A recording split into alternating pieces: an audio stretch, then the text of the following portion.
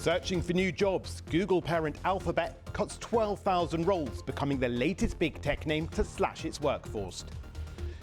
Talking dollars in Dakar, US Treasury Secretary Janet Yellen kicks off her Africa trip in Senegal. Why does the US want stronger ties?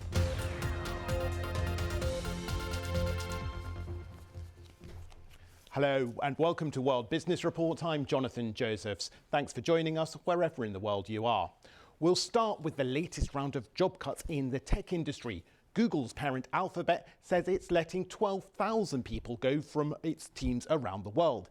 In a memo to staff, Chief Executive Sundar Pichai said that the company's mass hiring over the last 2 years was for a different economic reality than the one we face today. It comes just days after Microsoft became the latest in a string of big tech firms to make cuts to its workforce. Recent weeks have seen these changes because of the pressures the global economy is facing. Well, let's get more on this and bring in our international business correspondent, Theo Leggett. If I stand in the right place, hopefully the audience can see you. Theo, what's driving these job cuts? Well, you put it quite succinctly there, actually, Jonathan. These companies, by and large, overhired during the COVID pandemic. The COVID pandemic was bad for many businesses, but for the tech sector, it was actually rather good. The kind of services that they provided were very popular. So companies like Alphabet took on a lot of new staff. I think it was 21,000 last year and some 16,000 the year before. So you have to take this in context. What Alphabet is doing is cutting back on some of the overhiring that it's done over the past couple of years. And it's been the same story at Meta, which is laying off 11,000 people, Microsoft laying off 10,000, Amazon, Twitter has also laid off about half of its staff. There's something a bit different going on there, obviously, with Elon Musk's takeover. But by and large, these companies all did very well during the pandemic. They over-recruited. Now in an environment of higher interest rates, falling consumer spending, advertisers are cutting back on their spending, and that's the key point. These companies make a lot of their money from advertising, and if advertisers aren't spending, then they need to cut their cloth to suit, and they're cutting back people in order to cut back on their costs. So lots more to watch out for there, Theo, as those pressures continue facing the global economy. Thank you very much for joining us. Now, the video streaming giant Netflix, better news there, but it's moving on to the next episode of management because its co-founder Reed Hastings is stepping down as the company's chief executive after leading the business for 2 decades. Netflix has been under pressure over the past year, losing subscribers for the first time in history, but suffering a steep fall in its share price. However, the latest figures show a return to growth, and that's because of shows like Harry and Meghan, which have attracted more viewers. Our correspondent Samira Hussein has more details from New York. It's been quite the year for Netflix. It surprised investors when it reported not 1 but 2 quarters where the service lost customers. But it ended up ending the year adding significantly more subscribers than it initially anticipated. Now, Netflix has been cracking down on account sharing, and in November, it launched its ad-supported version of the service that now Netflix is saying is starting to gain traction. But overshadowing the earnings report was news that its founder, the person who moved Netflix from a DVD mail delivery service to a pioneering streaming service that fundamentally changed the way people watch shows and movies, was leaving his post as CEO. Reed Hastings said the move was planned, part of a succession plan that has been years in the making. Under his leadership, Netflix grew into an industry giant that basically forced other media companies to build their own streaming offerings. After 25 years, Reed Hastings now wants to move his efforts towards philanthropy and being a bridge between the company and the board of directors.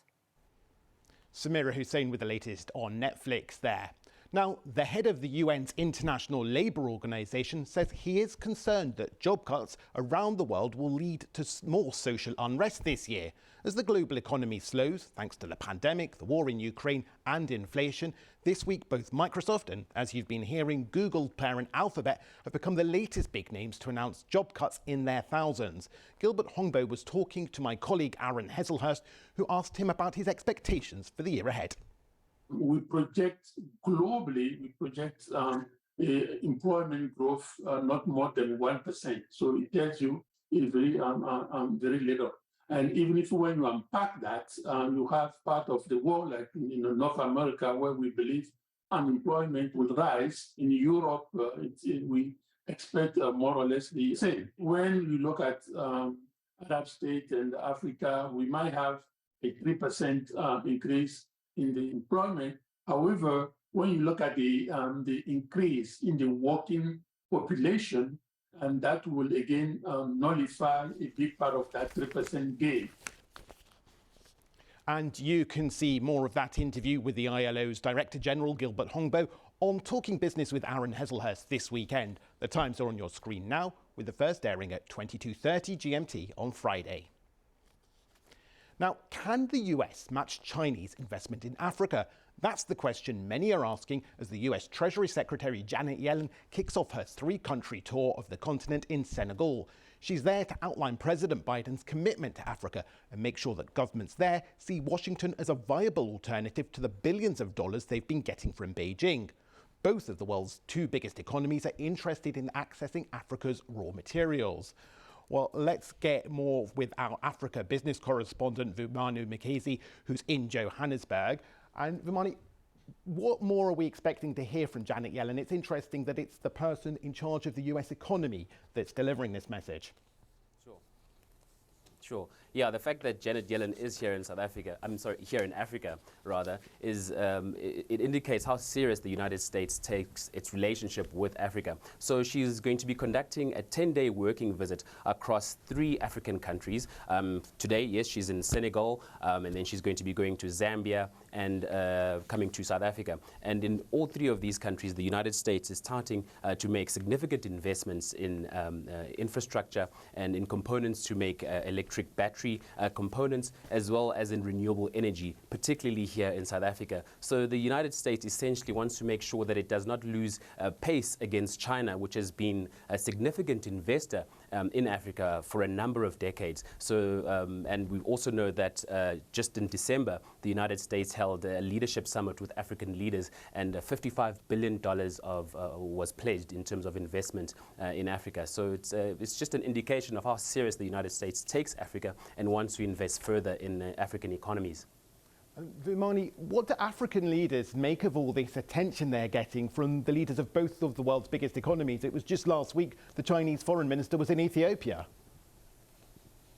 Sure, I think it's quite positive. The Chinese foreign minister is actually making its 33rd visit to Africa in a row. So China has always taken a long game approach to Africa. It wants to invest here and it wants to make sure that its own economy and African economies grow. Now, the United States needs to ensure that it does the same if it wants to catch up with China. So many African governments are probably going to be playing both sides. They're going to want the investment from the United States and also from China. So we've got these two competing superpowers that want to invest and want to ensure that they extract as much potential from the African continent as possible. So African leaders are going to want to make sure that they position themselves accordingly. And Vumani, what is it that the US and China are both so interested in from Africa? Is it the raw materials the continent has to offer? Both of them are trying to move to cleaner economies, needing raw materials for batteries, for electric cars and so on. But at the same time, they've got a lot of debts that they owe to other countries. What do they see as the relationship there? Sure. Sorry, I've missed that question. It's breaking up a bit. Can you repeat that again, John? Just very briefly, just wondering what African countries make of US and China in terms of what the US and China want to get from Africa in return for this investment. Sure. I suppose the United States will want to ensure that it gets as much as possible from the relationship that it has from Africa. I do know that in December, the United States signed a memorandum of understanding with the DRC and Zambia, which are key manufacturers of electric vehicle inputs. So I think that's going to be one of the major things that that's going to be taken from this relationship between the United States and Africa, amongst many other things, Jonathan. Thank you very much, Vumani in Johannesburg there for us. Thanks very much for watching World Business Report. There's plenty more on the website at bbc.com/business.